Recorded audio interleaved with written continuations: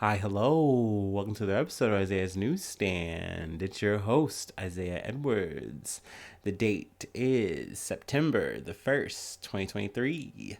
Hopefully, this episode finds you well, in good spirits, and high hopes. As for me, I'm doing pretty good. I'm cold lamping, I'm chilling. Let's see here. Before I forget, you know me, I'm going to get right on it right now. Let's do a newsy shout out, newsy roll call. Okay. For starters, Stephanie Renee. Woo, thank you, thank you. Denver McIntosh. Thank you, sir. I appreciate you. And then last but not least, Edward Haas. The leader of Commander's Conclave. Please check it out. It's on YouTube at Commander's Conclave. YouTube. I don't know, maybe /YouTube. I don't know, whatever. But you can find it. Google it. YouTube it. You will find them. It is Match of the Gathering, Commander content, EDH, and just real casual fun. Just everybody coming together, just chilling. Slaying some spells. It's good shit. Check it out. Let's see. So love you, Newsies. Thank you so much for being you. Thank you for supporting me. It means a lot. Obviously, I can't stress enough that I love each and every person who listens, each and every person who, puts their hands up and gives me their energy. Y'all are the best. Thank you so much. But, money talks, and it means a lot. So thank you so much. I mean, I can't say it enough. Like, I am not worthy. Okay. Let me go ahead and rev up my engines, and then we'll get into some news. Talk about that hot shit, that good shit.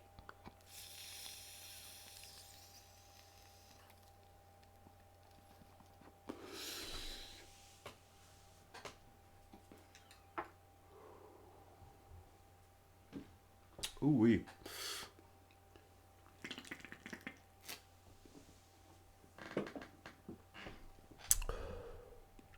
Alrighty. From NBC News. FBI disrupts cybercrime operation by wiping malicious programs from hundreds of thousands of computers. All right, so this was a big cyber crime crackdown that took place this week. So, it drew my attention. I wanted to, talk about it, and maybe even a little bit of the fallout too, how I feel about that.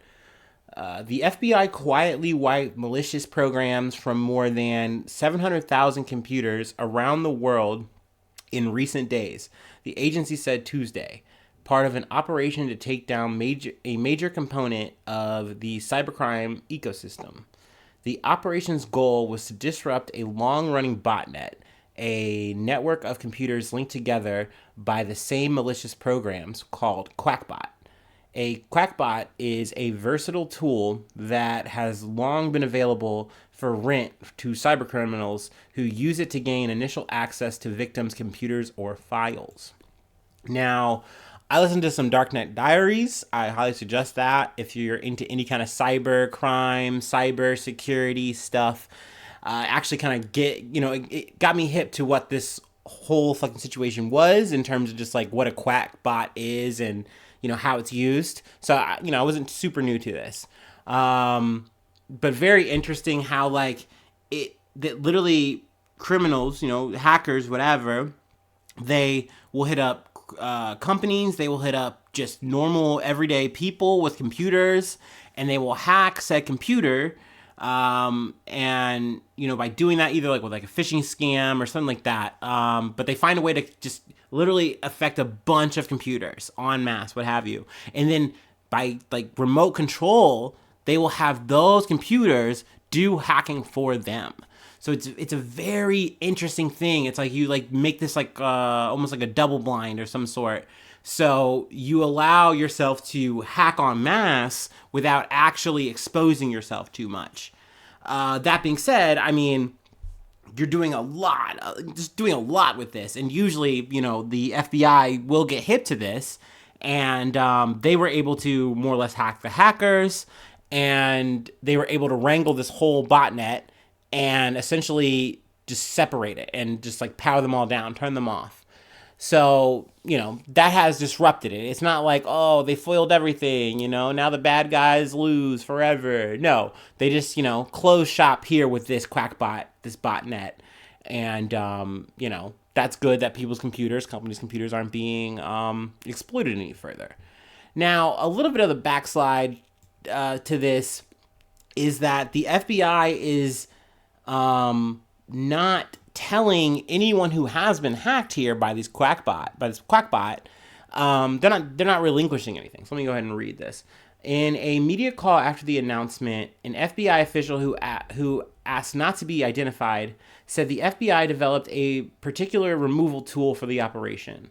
Victims will not be notified that their devices had been fixed or that they had been compromised, he said.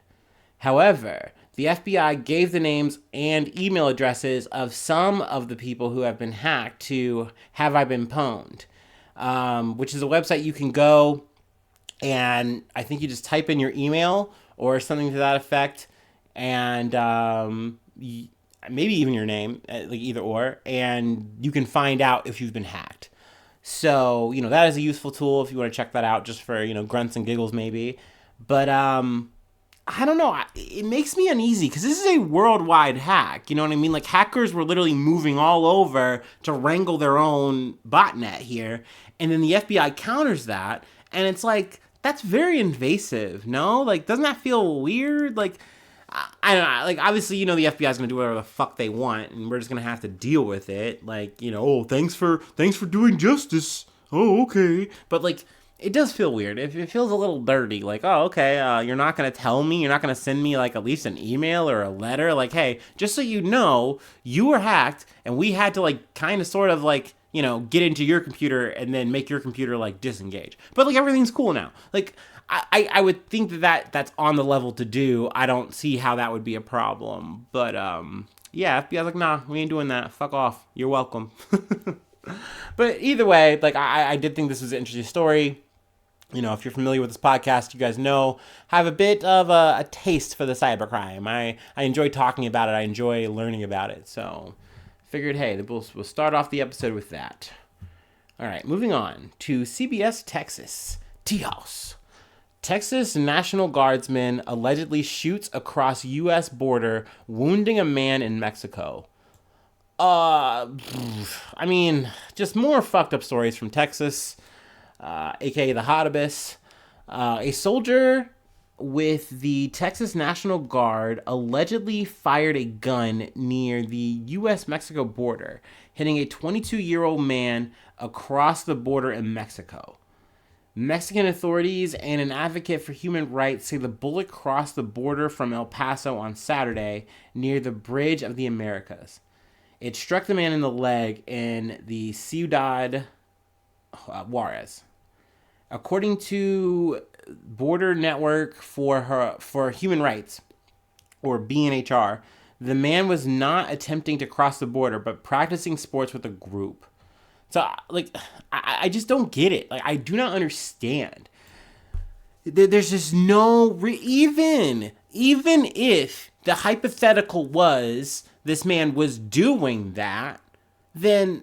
like, it's still inhumane to do that. It's still like, oh, let's just take this fucking pot shot. It's literally paramount to America's security to kill this man right here. He cannot cross the borders. He can't even hit the buoys, brother. Like, what are we doing? What are we doing here? Like, I just don't understand. Like, and I'm sure the buoy joke probably doesn't land or whatever. Who fucking cares? Get off my ass. But, this shit makes me so goddamn mad. It really does. Like, is there a mandate for Greg Abbott? It's like, you have to maim as many people in the leg so that they can be like me. Like, I don't know. I don't fucking get it. What? Like, this is just malicious ass fucking shit. I don't understand. And I don't see or hear any punishment about this or anything like that. Like, well, I mean, hey, at least he's released and fine. Like, he was taken to the hospital. He's okay. But, like, you just shouldn't be allowed to do that. That is not normal. That is not humane shit. I don't know. It infuriates me to no end that this whole Operation Lone Star bullshit is a thing. Like, this hyper just barrier that we have. Like, we're going out of our way. We have the National Guard out in flux right now in Texas. Like, why? Like, it is ridiculous to me. It infuriates me. And apparently it's just not going anywhere. It's just that's just the way that it is. Greg Abbott just gets to roll on out with this shit. But yeah, I wanted to talk about this. I know it took me a little bit in the week to get there, but I figured, hey, now is better than never. All right, let's go ahead and move along. We're going to talk about a sitcom that I didn't really expect to be talking about this month, but whatever, it is a thing. Also, I got to say, this is from Radar. This is the best place I could get it from. I'm not a big fan of Radar. It's kind of like New York Post adjacent, but hey, whatever. I'll take it. Roseanne star Sandra Bernhard accused of stealing from charities and cheating venues out of money in bombshell 250K lawsuit. Also, I hate the layout of this article. Like they treat you like you're some kind of child, and I'm sure they just want you to scroll so they can ad roll you. But like they just photobomb Sandra Bernhard throughout this, and they give you like two sentences. So it is terrible. It is fucking terrible. Just so you guys understand, like this is what I do for you guys. Like I'm trying to condense this news in a nice, palatable, funny, cute way. That's what we do. Okay, all right. Actress Sandra Bernhard was accused of stealing from charities and inflating her fees in a 250K lawsuit filed by former manager. RadarOnline.com has learned. Awesome. You have to say the whole name there. Let's see. The manager, let me find his name here, James Silman. He was hired in 2013, and he says that he continued to work for her for a difficult 11 years, nearly 11 years. So yeah, I mean, he's essentially spilling the tea here in the lawsuit. He says it was breach of contract, wrongful termination, and commission and fees claimed the actress owed him. So that's why he's alleging all this money. I feel like the key phrase here is the wrongful termination. He seems really upset about that. That more or less, and like what he says is like I'm upset that she tries to say that it was like based on my performance or anything like that, like when really she's just broke, like she doesn't have the fucking money, she could not afford me any longer. But he says that he was like a shoulder for her to cry on. He was like emotional support, but not only that, he then was coerced to do these like things where he was literally scamming charities and other venues and things like that.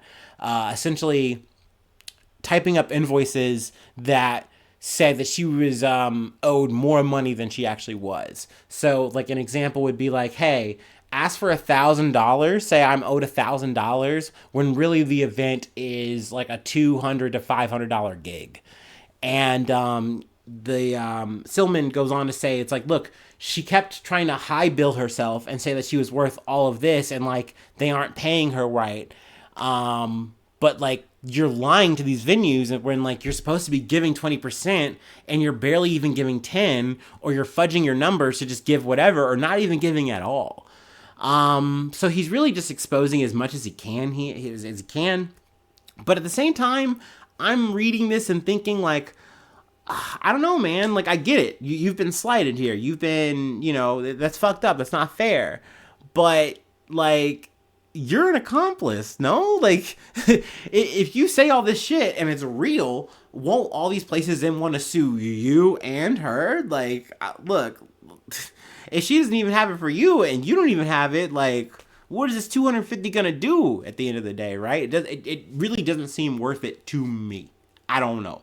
But I also get it. Hey, you feel burned, you feel slighted in this situation, and you want to blow up her spot and you want to put it on wax.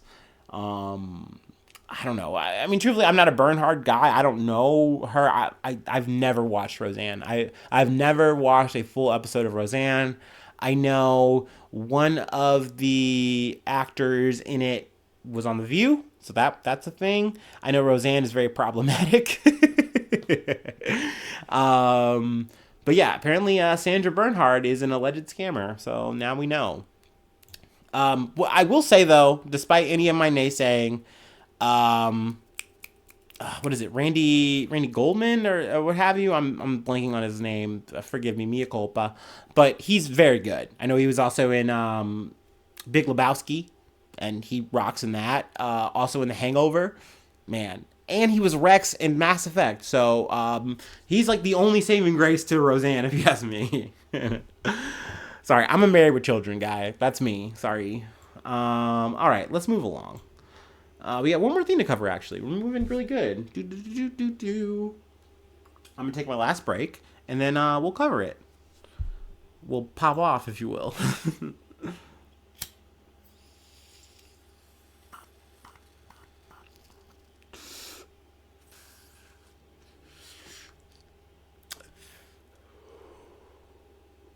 Oh, yeah.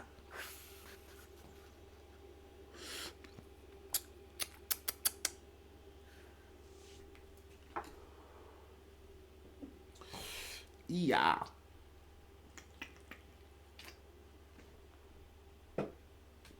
Okay. Yummy, yummy, yummy, yummy, yummy. From USA Today. Shooting at White Sox game happened after woman hid gun in belly, per report. So, just the record, it wasn't inside her belly like Jabba the Hutt or Jabba style. I gotta get my shit together. Yeah, she had it like in her folds, in her belly folds, which I relate, queen. I also have belly folds, and maybe I put a gun in my fupa, but no, I don't think so. I'm not a gun guy. But anyway, new details have emerged after a shooting injured 2 women at Guaranteed Rate Field during a Chicago White Sox game on Friday night. On Tuesday, ESPN Chicago reporter Peggy we went so, this is almost a perfect one. I was gonna have to fuck up any names. I'm sorry. Peggy Kaninsky. It's not even hard. Jesus, fuck me. Okay. She said that a gun was snuck into the stadium by one of the women who was hit.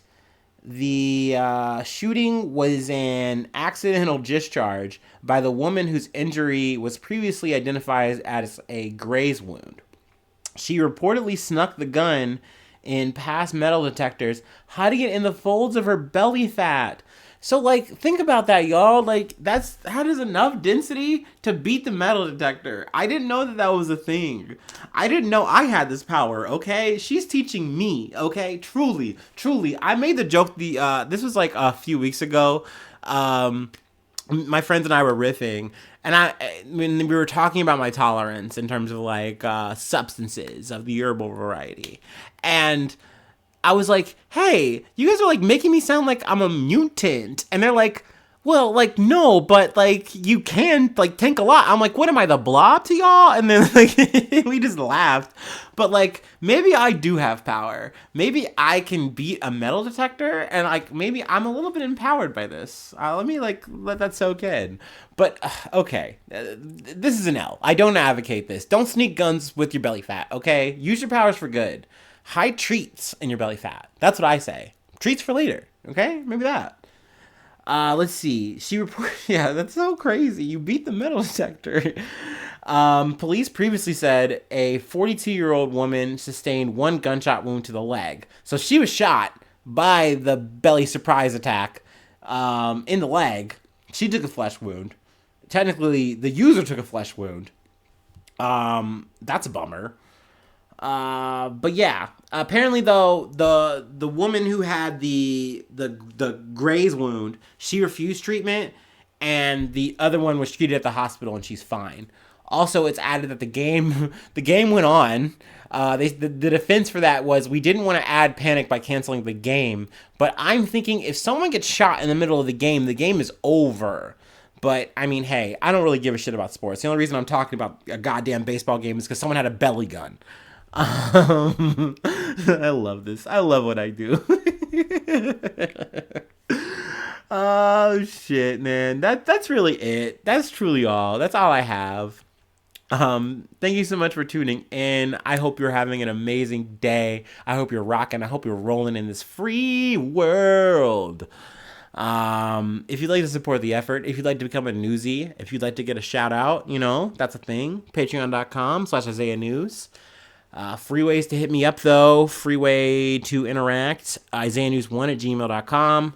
Also, I have social media. I'm on there. You can find me. You can find the podcast on the internet. You know, you know what to do. Do your thing. If you have a YouTube account, use your YouTube account power to subscribe to my YouTube account. Yeah, do that. That also helps. That's a free way to support. Thumbs up are good. All the stars, all the likes. We love to see it. You know, comment, say hello, say what's up, you know, say you love me. I love you too. Shit. That's all. That's it though. Thank you so much for tuning in. Thank you so much for being a friend. And hopefully I see you soon for some more good news. I love you. Bye-bye. Mwah.